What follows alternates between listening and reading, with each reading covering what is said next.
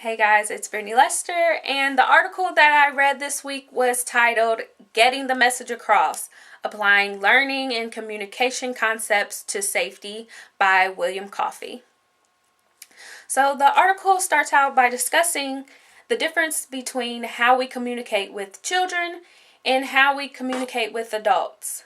For example, like in the classroom, if the kids are being rowdy and loud and you want them to quiet down, you want their attention, then we could just shush them, tell them to be quiet, or just stand there quiet until they calm down and you have their attention. But with adults, you can't do that. Us as adults, we want respect. We want to feel like an adult, and we want to be treated like an adult.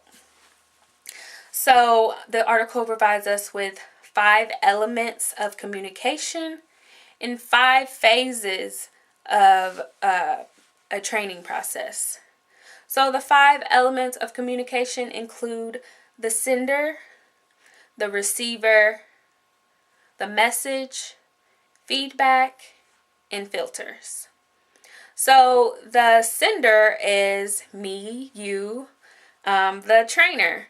The one that is getting the message across to the next receiver. The receiver is also considered the trainee, and they are the ones that are receiving the information that is being presented. Next, the message is the technical information or the behavior that we want to see changed. So we're presenting a message and hoping for a better outcome. So next, feedback. For feedback, it is the sender understanding that the message that they conveyed was understood and was accepted. And if it wasn't, then that gives the sender the opportunity to make changes in their training and hope for a better outcome.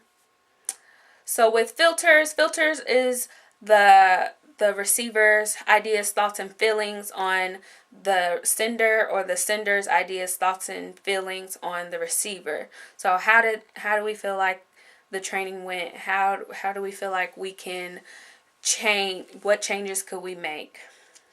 So next, it goes into the 5 phases of a training process, which include an analysis, the design, the development, the implementation, and the evaluation.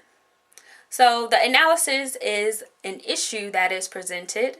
You look at it and you decide, is it training that is needed to fix this problem? And if you decide yes, then you design a training. So when you design a training, you come up with objectives. What is it that we want? What is it that we want our participants to understand? These objectives are broken down into what the article calls blocks. So after we have our objectives, we develop the training, which are our objectives. So after we have our objectives and after we have everything written out of what we want our trainees to understand, then we can implement our training. When implementing the training, you have to consider a few things. What size of a room do we need? How big is the class going to be? How do we want the room arranged? And what is the best time to do this training? So after the training is actually implemented, then we want to evaluate the training.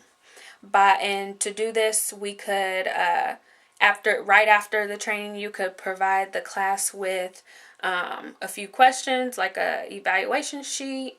Just ask them, how do we feel about the information? How do you feel about the presenter that gave the information? Or you could later in advance, a few weeks later, even present them with the test just to see if the information that you presented was actually received, and was your training effective. So next, the article talks about how we teach adults and how adults learn. So for adults, our learning is all about, is it actually important to us? Is what we're learning important to us? Is it worth my time? Is it worth my effort?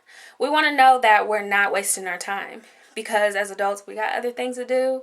We got a family to look after. We don't want to be wasting our time when we could just be with our family, or we could be losing money.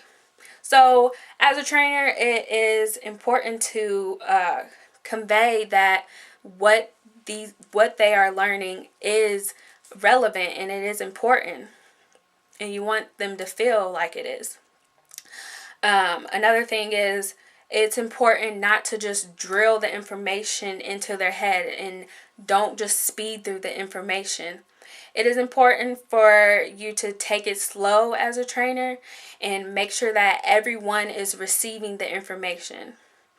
Some adults have take longer to process the information, because as we're getting this information, sometimes we're trying to apply it to some experiences in our life. So we want to just think on it. So a good idea for letting your trainers or your participants process the information that is given is to take some short breaks, maybe, or to just work with them and just learn and just see how they are receiving the information, because not understanding if they're receiving the information or not, you could be limiting their learning. And we want an effective training, so it's important to just make sure everyone is understanding the information. So in conclusion, the information presented was presented so that we can improve the effectiveness of a safety training.